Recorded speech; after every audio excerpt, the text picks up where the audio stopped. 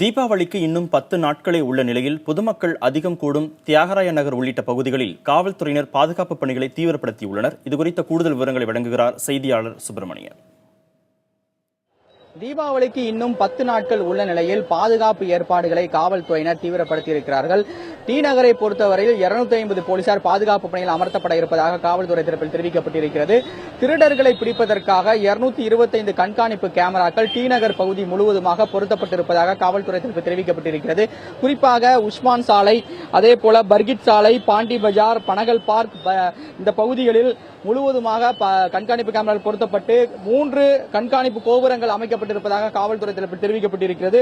அது மட்டுமல்லாமல் திருடர்கள் தொடர்பான, அதாவது நகை பறிப்பு, திருடர்கள் தொடர்பான அவர்களை கண்டறிவதற்காக 50 போலீசார் சாதாரண உடையில் பொதுமக்களோடாக இணைந்து அந்த கண்காணிப்பு பணியில் ஈடுபட இருப்பதாக காவல்துறை தரப்பில் தெரிவிக்கப்பட்டிருக்கிறது.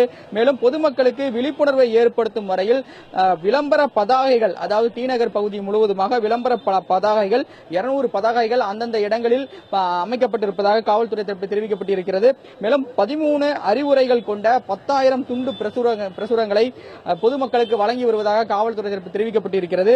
இது மட்டுமல்லாமல் 200 குற்றவாளிகளின் புகைப்படங்களை கைப்பற்றி, அதாவது காவல்துறை கைப்பற்றி கணினி மூலமாக சர்வரில் பதிவு செய்து வைத்திருக்கிறார்கள் காவல்துறையினர். கட்டுப்பாட்டு அறை மூலமாக கண்காணிப்பு கேமராவில் காட்சிகளை கண்காணித்து அந்த குற்றவாளிகள் அந்த கூட்ட நெரிசலில் இருக்கிறார்களா என்பதை கண்டறிந்து உடனடியாக அவர்களை பிடிப்பதற்கான நடவடிக்கை எடுத்து வருவதாக காவல்துறை தரப்பில் தெரிவிக்கப்பட்டிருக்கிறது.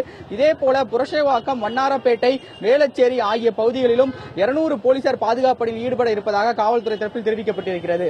புதிய தலைமுறைக்காக ஒளிப்பதிவாளர் சதீஷுடன் சுப்பிரமணியன்.